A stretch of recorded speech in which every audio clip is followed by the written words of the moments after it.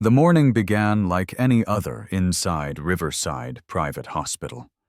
The halls smelled of antiseptic and soft music drifted from the maternity wing. Nurses moved quietly, their shoes whispering against the floor. Everything felt calm, sterile, almost sacred, until chaos arrived, wearing red heels. Sophia Cole, the glamorous mistress of real estate tycoon Marcus Vale, stormed through the corridor as if she owned the building. Her eyes were burning, her voice sharp enough to slice through the quiet. In one swift motion, she pushed open the examination room door, and the world inside shifted forever. Lena Vale, 7 months pregnant, sat on the edge of the bed, one hand resting gently over her belly. The rhythmic sound of her baby's heartbeat filled the room, steady and reassuring. She looked up, startled, as her husband appeared in the doorway, only he wasn't alone. Behind him stood Sophia, elegant, angry, and terrifyingly composed. For a brief second, Lena thought there must be some mistake. Maybe Sophia was a colleague, a friend, someone from work. But the tension in Marcus's jaw said otherwise. Before Lena could even process what was happening, Sophia crossed the room, words spilling out like venom. The argument was quick, cruel, and public. And then the unthinkable. Sophia's heel struck out with deliberate force, kicking Lena's leg as she tried to stand. The monitor crashed to the floor, wires tangled, alarms blaring. Lena crumpled to the cold tile, clutching her stomach as pain exploded through her body.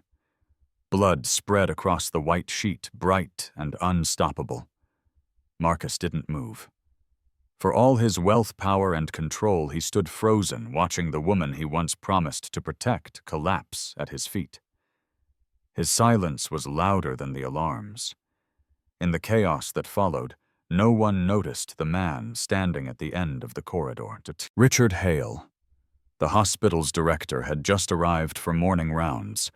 He saw the commotion, the crowd forming outside the maternity ward, and the flash of a red dress disappearing down the hallway. He had no idea yet that the woman lying on the floor, bleeding, gasping, fighting for her baby, was his niece. That discovery would come later, and it would change everything. But in that moment, as the alarm lights blinked and nurses shouted for help, the world of the Vale family began to fracture. A single act of cruelty had opened a wound that money could not hide, and justice, though still silent, had just begun to wake. The room was quiet, except for the soft, rhythmic sound of a baby's heartbeat echoing from the monitor beside the bed. That sound had become Lena's anchor. At 29, 7 months pregnant, she often sat like this, hand over her belly, eyes half closed, listening to proof that life was still steady inside her, even when everything else around her felt uncertain. The hospital smelled faintly of disinfectant and lavender soap. Morning light slipped through the blinds, painting warm stripes across the white floor. It should have been a peaceful moment, the kind every expectant mother treasures. But lately, peace came with a price. Her husband, Marcus Vale, was a man everyone admired. Charming, successful, the kind of person who filled a room with confidence. When they first married, he'd leave sticky notes on her coffee mug that said, "Love you, see you tonight." He used to call between meetings just to ask if she'd eaten lunch. Back then, even silence between them felt like comfort. Now it was different. Their conversations had turned into schedules and transactions. Marcus no longer called. His assistant did. Instead of handwritten notes, Lena received forwarded emails. She tried to convince herself it was stress, the weight of his business empire pressing down. But deep down she felt what no woman wants to admit: the distance wasn't from work. It was from her. She tried to fight it with hope. Every morning she'd rub her belly and whisper that this child would bring them back together. that when Marcus saw their baby, something inside him would remember who he used to be. People tell you that love changes after marriage, that it softens or matures, but no one tells you what it feels like when love simply fades. She kept holding on anyway, maybe because walking away felt like failure, or maybe because she still believed in the version of him who once knelt in the kitchen laughing as he kissed the flour off her nose. It's strange how memories can keep you loyal to a person who no longer exists. The baby kicked lightly, pulling her back to the present.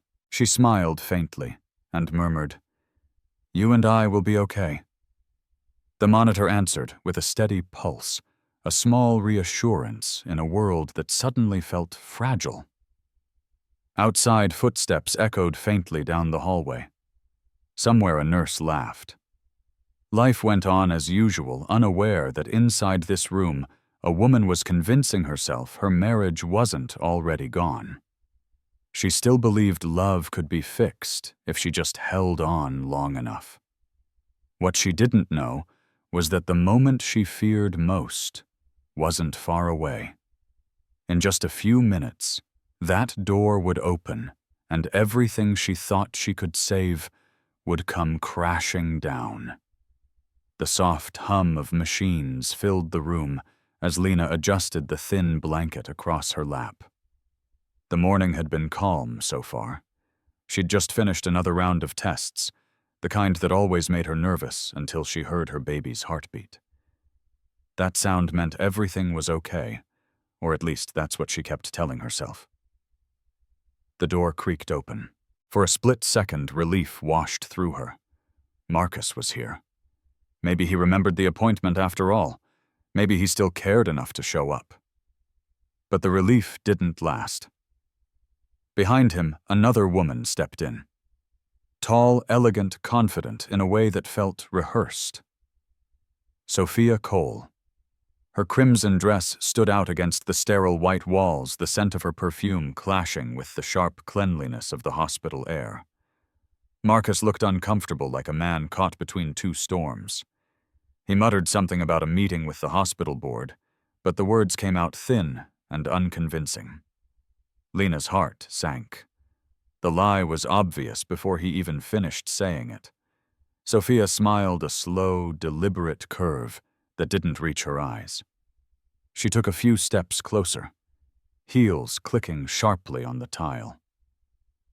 The sound felt louder than it should have, slicing through the tension in the room.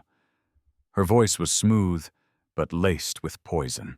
She said she wanted to see where the magic happens, glancing at Lena's pregnant belly with a smirk that stung deeper than any insult. Lena's pulse quickened.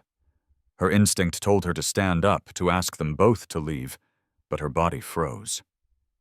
She could feel her baby move inside her, a reminder that she needed to stay calm, to protect more than just herself. She looked at Marcus, silently pleading for him to say something, anything, to defend her, to stop this humiliation. But he didn't. His eyes darted between the two women, avoiding both. His silence became a wall that separated him from her completely. Sophia took another step forward, the air thick with her presence. Her words turned colder, each one carefully chosen to cut. She accused Lena of clinging to a marriage that was already over, of pretending that a baby could fix what was broken. The cruelty in her tone was casual, almost practiced. The room felt smaller, the walls closer. Lena tried to steady her breathing, but every word Sophia spoke was another crack in her heart. For years, she had fought to believe that love could survive distance, that loyalty meant something. But standing there watching her husband let another woman speak for him, she began to understand the truth she had avoided. Love can die quietly. Sometimes it doesn't end in shouting or slammed doors. Sometimes it ends in silence, when the person you trusted most simply stands there and lets you break. Sophia finally turned away, still smiling like she'd won something. Marcus said nothing. and in that hollow space between them, Lena realized that the man she married was already gone long before this moment. She sat there, her hand trembling over her belly, whispering to herself that she and the baby would be okay. But deep down she knew something inside her had just shifted. A storm had entered her world, and nothing would ever be the same again. The air inside the examination room turned heavy, like the moment before a storm breaks. Sophia's words, sharp and venomous, hung between them. Lena's chest tightened with every second that passed. She tried to breathe to steady herself, but anger and fear mixed inside her like poison. Sophia took another step forward, her heels clicking against the tile, eyes locked on Lena's stomach as if the life inside it offended her. Jealousy had stripped away her charm. What stood in front of Lena now wasn't a woman, it was rage wearing perfume. The tension snapped in a single instant. Sophia's leg swung forward fast and deliberate.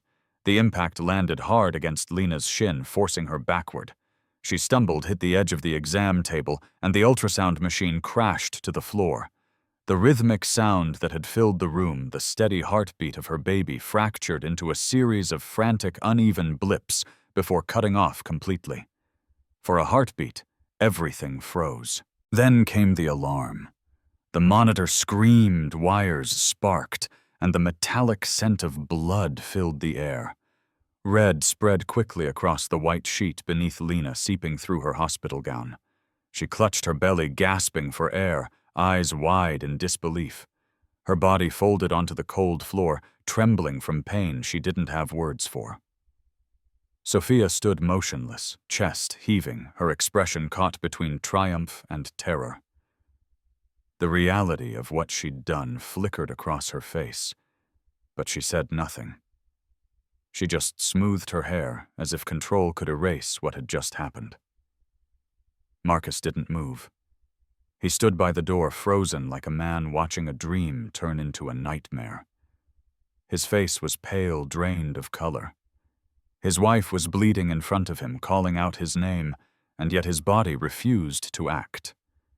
He could command a company silence boardrooms with a glance, but here, faced with the woman who had shared his life, he was powerless. Lena tried to reach the call button, her fingers trembling. Her voice cracked as she whispered for help, but the sound barely left her lips. The pain came in waves, sharp and consuming. She could feel her heartbeat racing too fast, her vision blurring at the edges. The world tilted and dimmed. Marcus finally took one step forward, but it was already too late. Sophia turned toward him, her voice calm, almost detached, saying that it was an accident that Lena had tripped. The lie formed easily. The silence that followed was worse than the violence itself. Lena's tears hit the floor beside the blood. She looked up at Marcus one last time, eyes pleading not just for help, but for acknowledgement, for something human. But he stayed still, trapped in his own fear, watching the consequences of his choices unfold in front of him. Outside the door, footsteps echoed. A nurse shouted. The chaos was coming. But inside that room, time seemed to stop. The smell of blood and perfume mixed in the air, the sound of alarms fading into a distant hum. And as Lena's world went dark, Marcus's silence became something he would never escape, because in that moment his inaction spoke louder than any cruelty ever could. The sound of crashing metal still echoed through the hallway when the first scream tore the silence. A nurse burst into the room and froze at the sight before her, blood on the tile. The monitor shattered on the floor, and Lena curled up, shaking and pale, clutching her belly. For a moment the nurse didn't move.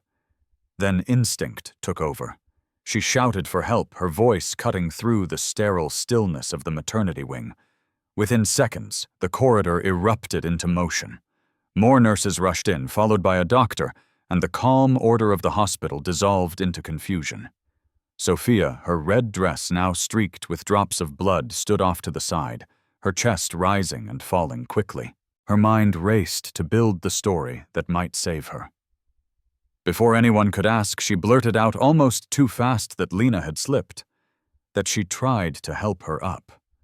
The words came smooth and rehearsed, her voice trembling just enough to sound believable. It was the kind of lie people tell when they think they can still control the ending. Marcus knelt beside his wife, his expensive suit brushing against the spreading stain on the floor. He pressed his hand near her shoulder, unsure where to touch, unsure what to say. "Lena, can you hear me?" he whispered, but his voice broke halfway through. Her eyes fluttered open, lips trembling as she whispered, "The baby. Please help the baby." The nurse checked her pulse, her expression tightening. "We're losing time," she said quickly. "Get a stretcher now." The hall outside filled with footsteps, radios, and gasps. Visitors poked their heads out of patient rooms, whispering questions as rumors spread faster than the truth. "Someone said a woman fell," one voice murmured. "No, I heard it was a fight," another replied. By the time security arrived, the story had already changed 3 times. Sophia straightened her dress, forcing her breathing to steady. She panicked, she told the nearest officer. She tripped and fell. "I tried to help her." The officer's eyes narrowed slightly, but said nothing. Only scribbled notes as the red light from the security camera blinked above them, recording every movement, every word. Lena's stretcher appeared pushed by 2 nurses. The sheet beneath her was soaked in red. Monitors beeped rapidly, their rhythm desperate and uneven. The beeps filled the corridor, stopping every conversation, every whisper.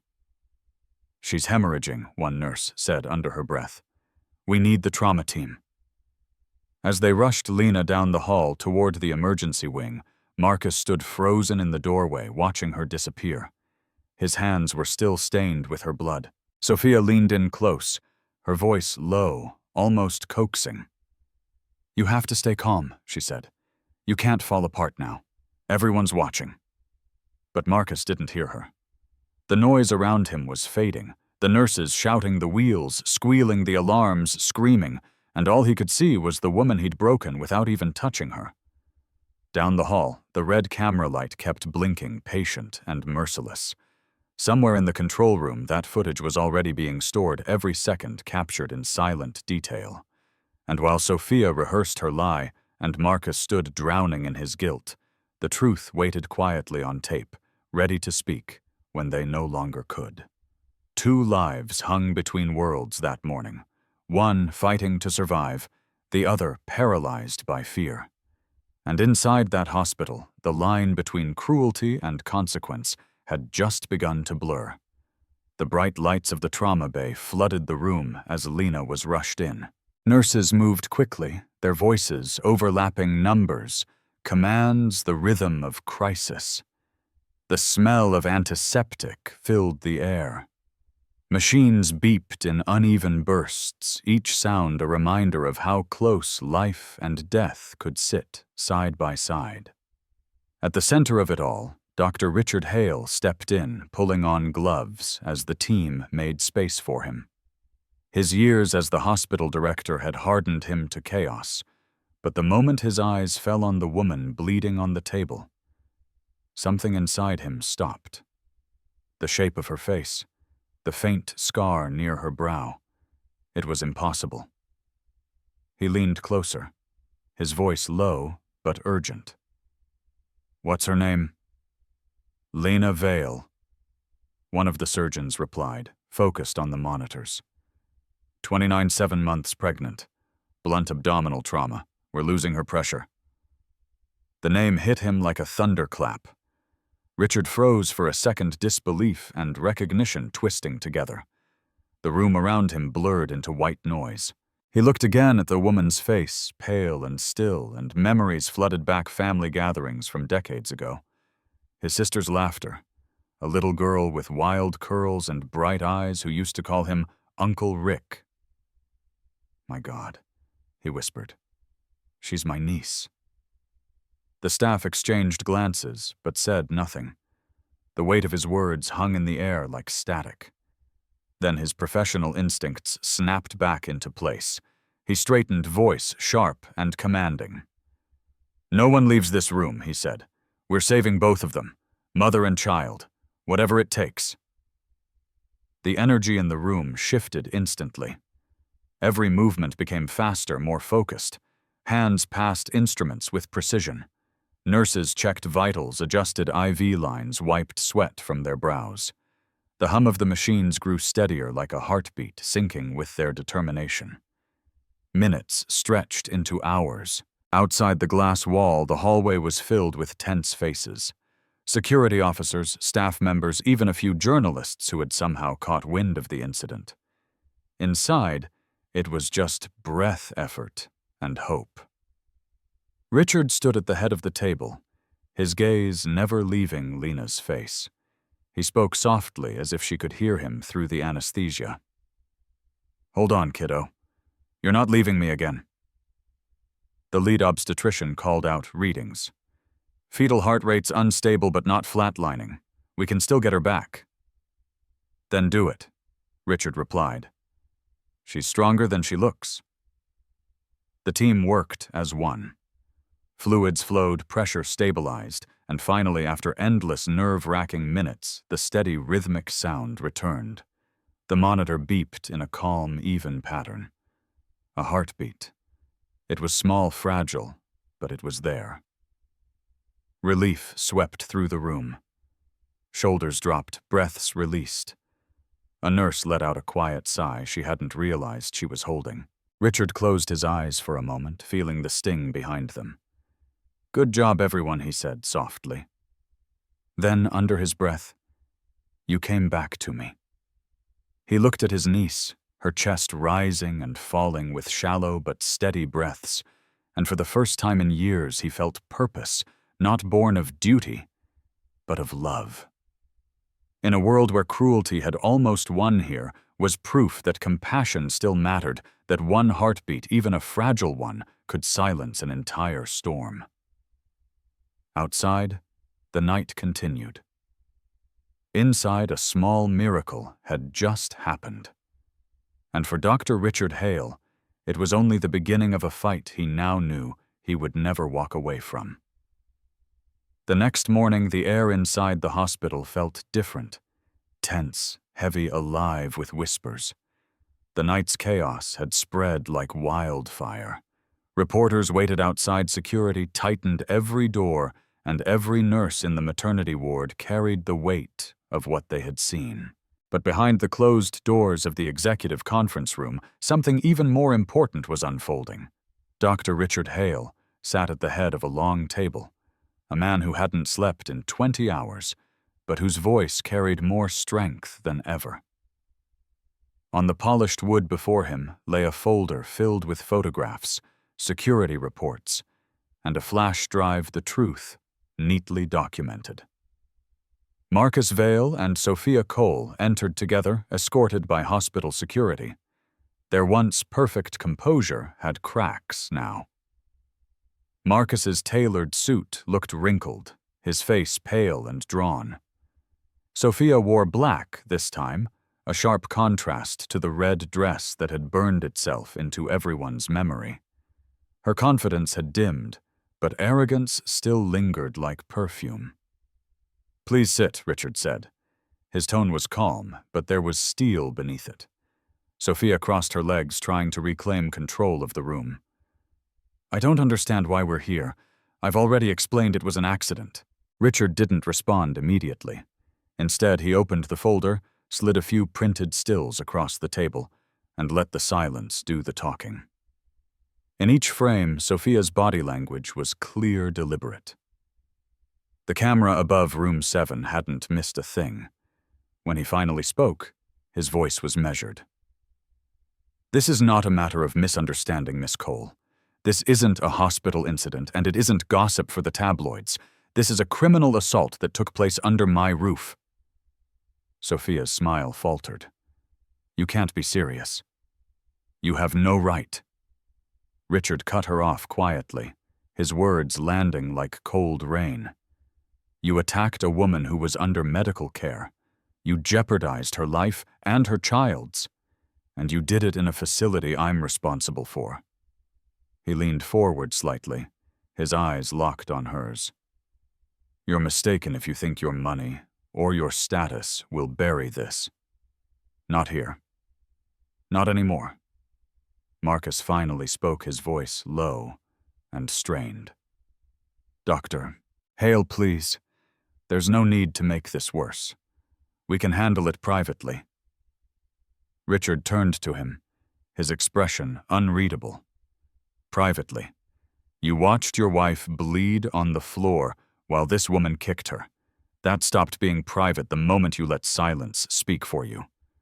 Sophia pushed back her chair, anger rising. "You're overreacting. You don't know what that woman did to him." She's been manipulating. Richard's voice cut through her sentence. "Enough. You don't get to rewrite what's on camera." He stood, his presence filling the room. "And since you clearly don't grasp the seriousness of your actions, let me make something clear. The woman you attacked isn't just another patient. She's my niece." The words landed with the weight of a gavel. For a moment the room was silent, except for the faint hum of the air conditioning. Marcus's eyes widened. Sophia's face went pale. Richard looked between them, calm but unyielding. "If she were a stranger, I'd do the same thing. But she isn't.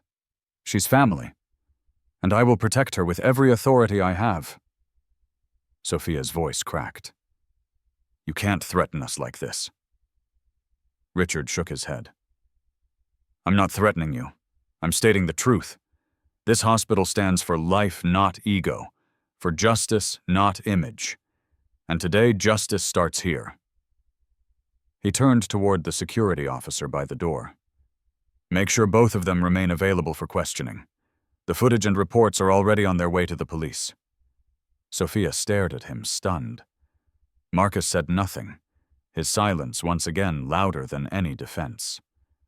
As they were escorted out, Richard remained standing at the head of the table, his reflection mirrored in the glass behind him. For years he had built this hospital on discipline, policy, and procedure. But in that moment, justice stopped being paperwork, it became personal. He glanced down at the photographs one last time before closing the folder. "You're safe now, Lena," he murmured to himself, "and they'll never touch you again." Outside the conference room, the storm was still raging, cameras flashing, reporters shouting. But for the first time, Richard Hale didn't feel powerless against it. The truth was out, and it was stronger than any name or fortune could ever be. By sunrise, the story had already spread beyond the hospital walls. What began as a whispered rumor in the maternity ward turned into breaking news flashing across every screen in the city. The headline was impossible to ignore: "Millionaire's Mistress attacks pregnant wife, inside hospital." Within hours, the video surfaced. Grainy but unmistakable. The security footage showed everything: the red dress, the argument, the kick, and the moment Marcus Vale just stood there, frozen, as his wife fell to the floor. The clip went viral before noon. News anchors debated it, talk shows dissected it, and social media turned it into a storm that no one could escape. Sophia Cole once, a rising name in luxury fashion, watched her empire unravel in real time. Sponsors cut ties. Her brand's website crashed under the flood of angry comments. Billboards that once displayed her face were taken down overnight. For someone who had built her identity on control and admiration, the loss of both was unbearable. Marcus wasn't spared either. His real estate company's stock plummeted after investors withdrew. Board members called for an emergency meeting. The man who had once been admired for his composure was now a symbol of cowardice. Clips of him standing silently while his wife bled became the face of every news cycle. By midday, reporters gathered outside Riverside Hospital. Cameras flashed, microphones waved, and strangers shouted questions that Marcus couldn't answer. The gates were closed to the public, But that didn't stop the crowd. People held signs that read, "Justice for Lena" and "Protect Women, Not Power." What had started as a scandal was now turning into something bigger, a movement. For many, Lena wasn't just another victim. She became a symbol of every woman who had been silenced, every injustice buried under wealth and influence. The footage struck a nerve because it wasn't just about betrayal. It was about how easily cruelty hides behind money and charm. Inside the hospital, Lena still lay in recovery, unaware of the chaos outside. Her condition was fragile but stable.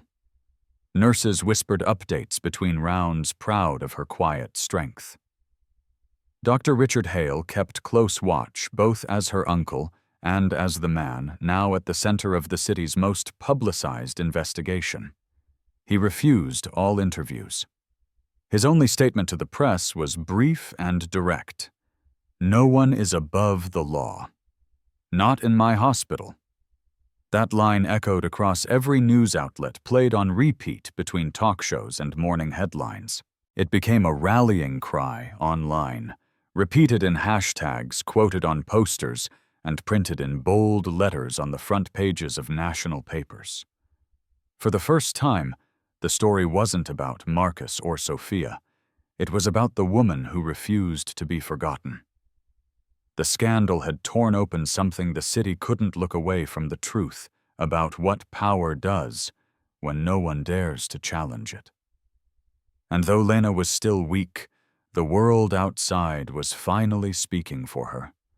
What began as an act of cruelty had sparked a reckoning. A line had been crossed, and the public wasn't just demanding an apology, they wanted justice.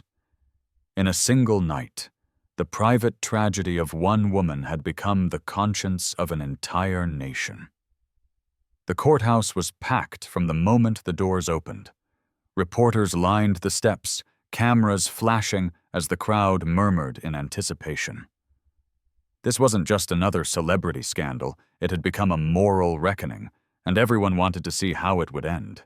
Inside, the air was thick with tension. Every seat was filled, every eye fixed on the woman, walking slowly toward the witness stand. Lena Vale looked different now. Still fragile, but no longer broken. Months of recovery had left faint scars, both seen and unseen, but her posture carried quiet strength. The courtroom hushed as she raised her right hand, swore to tell the truth, and took her seat. When she began to speak, her voice trembled at first, thin and soft, but it didn't take long to find its rhythm. She walked the jury through that morning, the sterile smell of the hospital, the shock of seeing Sophia, the pain, the blood, the silence that followed. Every word carried the weight of memory. Some in the audience wiped away tears. Others sat frozen, unable to look away. "I'm not standing here because I want revenge," she said finally, her voice steadier now. "I'm here because I want my child to grow up in a world where cruelty isn't power. I'm here so no woman has to beg for help while the people who hurt her walk away untouched." The room went silent. Even the judge paused before speaking. It was the kind of silence that doesn't just fill a space, it demands reflection. Sophia sat a few feet away, her eyes hollow. The woman once known for her beauty and influence now looked small beneath the fluorescent lights. Her attorneys shifted uneasily, sensing that the narrative they'd tried to control was gone. Marcus sat beside them, staring down at the table. His face was unreadable, but the guilt was unmistakable. The prosecutor played the security footage one final time. The sound of Lena's body hitting the floor. The alarms, Marcus's silence, it all played out again for the court to see. No one spoke when it ended. There was nothing left to argue. When the verdict came, it was swift and decisive. Sophia Cole was found guilty of aggravated assault and interference with medical care. 8 years in state prison. No probation, No early release. The courtroom didn't cheer. There was no victory in this kind of justice, but the collective exhale felt like relief. Marcus wasn't charged with a crime, but the judge didn't spare him. In his closing remarks, he called Marcus's silence a moral betrayal that amplified the violence. By the time the proceedings ended, Marcus's empire had crumbled. His company's board had forced him out. Endorsements were gone. The man who once controlled entire city blocks couldn't control a single headline. As Lena left the courtroom, cameras flashed again, but this time she didn't lower her head. She held it high, her hand resting gently on her stomach, the place where everything began. The world saw her not as a victim, but as proof that truth still has a voice, even when power tries to silence it. Outside, the wind carried the sound of people chanting her name. Some held signs, others just stood in quiet respect. Lena didn't stop to wave or smile. She simply walked forward, each step steady and certain. For her, justice wasn't about winning, it was about healing. It wasn't about punishment, it was about change. And as the courthouse doors closed behind her, the message she left behind was clear. Silence protects the cruel, but truth rebuilds the broken. A year later, the city felt different. The headlines had faded, the crowds had moved on, and the courthouse steps that once overflowed with anger now stood quiet under the morning sun. But for Lena Donovan, the story didn't end when the gavel struck. It only transformed. Her daughter Hope was born on a rainy spring morning, tiny, fierce, and full of life. When Lena first held her, she understood why she had survived. That heartbeat she once fought for in a hospital room had become her reason to rebuild, not just for herself, but for others who never got the chance. With the help of her uncle Dr. Richard Hale, Lena opened the Hope Donovan Healing Center, named after the little girl who had reminded her that survival can turn into purpose. The center sat just a few blocks from Riverside Medical, a place that once symbolized trauma, but now stood for renewal. Its mission was simple: to help victims of violence recover, rebuild, and reclaim their stories. Inside the main lobby hung a single plaque engraved with the words, "Justice doesn't begin with hatred. It begins with a heart that refuses to stop beating." Every person who walked through those doors could feel the truth in it. Survivors came seeking more than medical care. They came looking for hope, for belonging, for proof that broken doesn't mean finished. The first months were hard. Funding was limited, nights were long, and memories sometimes came back sharper than she expected. But each time Lena felt herself falter, she'd walk into the nursery and watch Hope sleep, tiny fingers curled around the edge of a blanket, and remind herself that healing takes time, but it always arrives.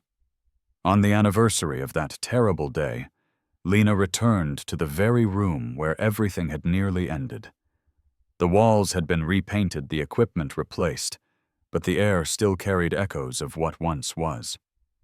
She carried a small bouquet of light blue flowers, the same color as the hospital gown she had worn that day. She placed the flowers on the windowsill and whispered softly, "For those who didn't survive, we did, and that's enough." Her voice didn't shake this time. It was steady, filled with peace instead of pain.